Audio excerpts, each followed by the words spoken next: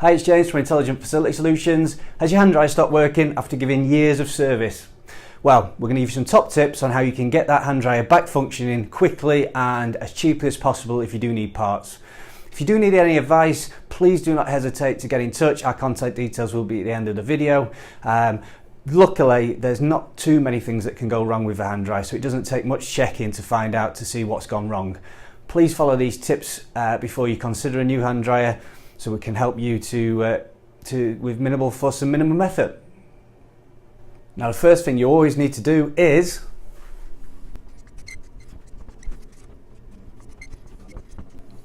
always turn off the power supply. You don't want to put yourself at risk of any electric shocks. Always make sure you isolate the power and turn it off, please. Now, it may seem obvious, but the first thing you need to do is, after you've isolated the power supply, consult your manual. There will be troubleshooting guides in the manual that will help you to look at how to clean the machine. They'll look at specifics to your machine. Now, obviously, if you've had this unit a number of years, you probably do what I do. We'd get some instructions, just throw them away. However, we can get our hands on manuals for any hand dryer you need. Please get in touch if you haven't got the manual, and we'll be able to send that to you direct.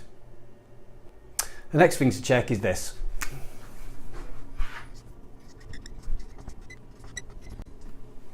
Power supply and fuse. Make sure that the unit actually is receiving power. It might not be the hand dryer, it might actually be a circuit issue within the building. Also, obviously, the hand dryers are fused spurs, have a fuse spur. Is the fuse faulty? Have you checked the fuse? Make sure that you don't need a new fuse in there before you start taking the hand dryer apart. Okay, next thing to check. The sensor. Is the sensor actually receiving the information it needs? Now, first thing to always do is clean the sensor.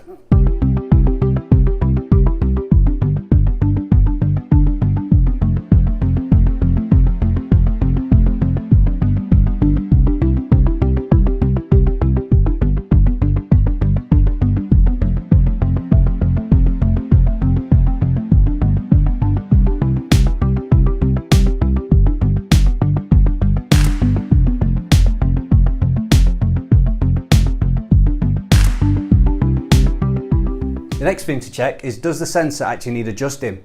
Now, over time, it might be an automatic sensor in the hand dryer, but there also may be a situation where you can adjust the sensitivity of the sensor. Again, consult the manual or get in touch and we'll help you to decide whether that needs doing. Also need to consider, is there any interference with the sensor? Because it might not be that your hand dryer stopped working, it might be that it comes on its own now. Always check for reflective surfaces, any doors that have been put in recently that might be affecting it, any radiators, has a radiator been put in underneath, or any heat source that's giving off the heat and affecting the sensor there. Have a look, just make sure that that's not being affected. The other thing to check is, has the sensor come away from the circuit board? Is there a disconnection there?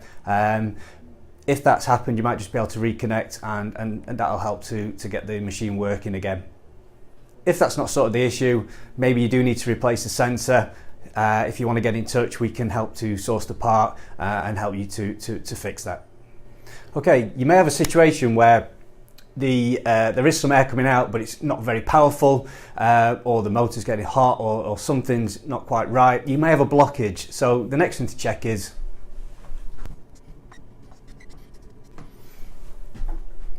the air outlet. Is there anything blocking the air outlet? Have a look underneath where the air comes out. Is there anything there that's blocking? You might need to clean the inside of it. You might need to just get a small brush up there just to make sure that there's no blockages that's going to affect the performance. And obviously, if there is a blockage, not a lot of air is going to come out, but also the motor's going to work twice as hard to try and force that air out, which could have caused an issue in the first place. Okay, another thing that can happen when a hand dryer has been installed for a number of years is make sure that you're looking at this.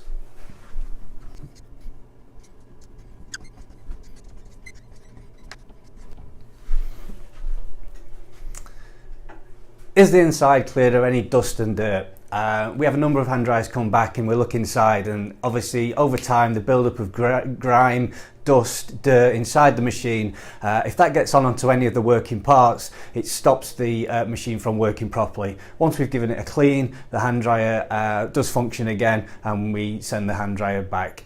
So before you actually start looking at anything else, have a look at the inside of the cover, give the cover a clean. Have a look at the any dust on the working parts. Have a look at any grime that might need to be wiped off. Use a clean cloth. Obviously don't use any water inside the machine. Just give it a wipe, get rid of the dust, get rid of the grime, any little dust particles that can affect the motor, and hopefully this might kickstart the motor again and get it working. Okay, the next thing to check is one of the working parts, and that's these.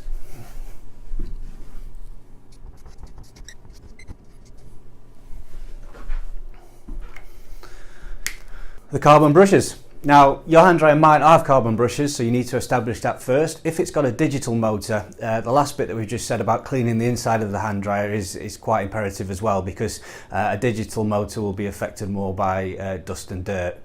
If you have got a carbon brushed motor inside the hand dryer, these are not actually brushes, they're little blocks of carbon that actually help to conduct the electricity from the power supply to the commutator. These can have either be worn, or they can be dust and dirt between the commutator and the brush themselves. So what you're looking for here is, are the brushes connected to the copper commutator? As you'll see in this video, these are where the brushes are located. They're located onto springs. If they are worn down, you'll see that they're not actually touching the commutator. But also, have a look at the copper commutator. If there is dirt on there, or copper dust, or a build-up of small particles, if anything stops that connection, it can actually stop the hand dryer from working. So give it a little clean with a cloth, maybe a small brush, just to see and make sure that connection is complete there. Now, the time the carbon brushes will last will be dependent upon the amount of use and also the hand dryer you've got. So if you feel that they may need changing, or you're not sure, get in touch. Like I say, the details will be at the end of the video. We'll be able to locate how long those brushes should be lasting you for, and whether you should need to change them. Now, the good news is they are relatively easy to change, and they are relatively cheap as well. So if it is the brushes or any dust and dirt in there, it's a relatively easy and cheap job to get the hand dryer working again. Okay, the next thing you want to check, you might want to check this before the other things. These are in no particular order, you know, the sort of order you would check, but maybe this next thing you would check as one of your pre-checks, it's this.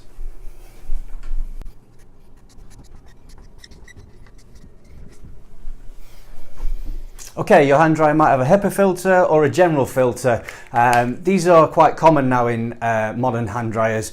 They stop the dust particles and any bacterial particles coming through from the air into the hand dryer. So they protect the machine, they protect the motor, they preserve the cleanliness of the inside of the machine, so that clean air is blown onto the hands. But of course, when they're stopping dirt particles and things, they can get clogged up themselves, and it'll affect the airflow coming in, but also could affect the motor, because it's not being able to work properly. So with a HEPA filter or general filter, most of them can be cleaned, but they also might need replacing as well. Again, if you need any advice, please get in touch. We'll help you to know how to clean the filter. Usually in the manual, like we said in one, it will tell you how that kind of filter should be cleaned, or where it's located. So again, if you haven't got the manual, get in touch and we'll help you to sort that problem out. Okay, this is quite a common fault that we get reported, especially in the winter months.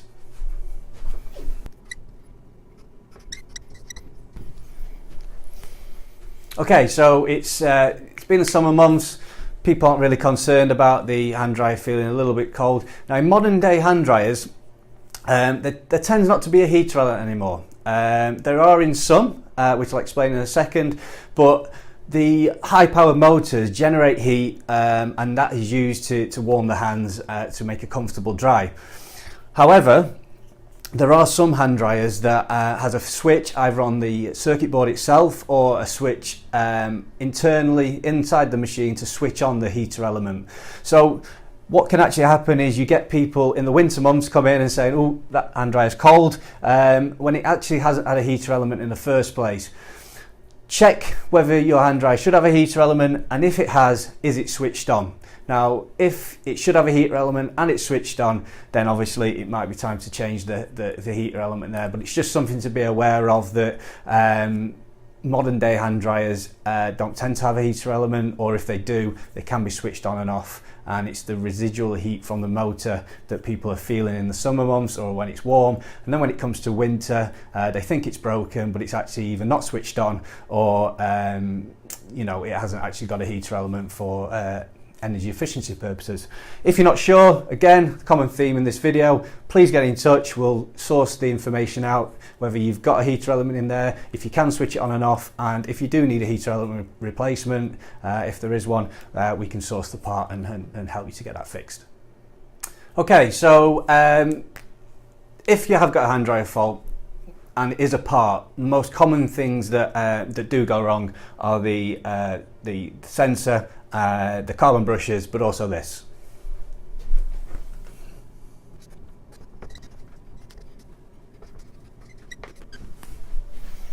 Check the circuit board. Now, as you will see here, there's a number of hand dryers that have got different circuit boards.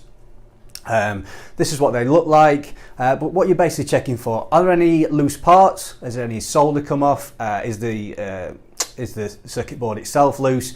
Has anything come away from the circuit board? But generally, if the hand dryer has had a number of years of service, it might just need a new circuit board rather than replacing the whole hand dryer. So have a look at the circuit board. If you feel it might be that as a last chance to look at, again, get in touch with us. We'll locate the circuit board for you. Cheap easy to install and a cheap part again, but you'd be able to swap that over quite easily, hopefully get your hand dryer working again without having to take it off the wall, just by replacing that circuit board there. So there you go. Hopefully you found this information useful. Just giving you 9 top tips of what to do to make sure that you don't need to take the hand dryer off the wall and get it replaced before you've done these, making it you know, easy for you, and also a little bit more cost effective should you be able to get a part, or it's just a simple matter of cleaning a few of the items to give you longer service of the hand dryer you've got. Don't forget, like I say, throughout this video, we are here for advice. We love to impart our knowledge and make sure that you're getting the best advice out there on hand dryers. If for any reason you need any of this explaining, please again get in touch. Don't hesitate. We want to make sure that the hand dryer you've got, if it's not working, we can get more years of service out of it, and we're here to help you as much as you need. Thanks for watching the video, and maybe speak to you soon.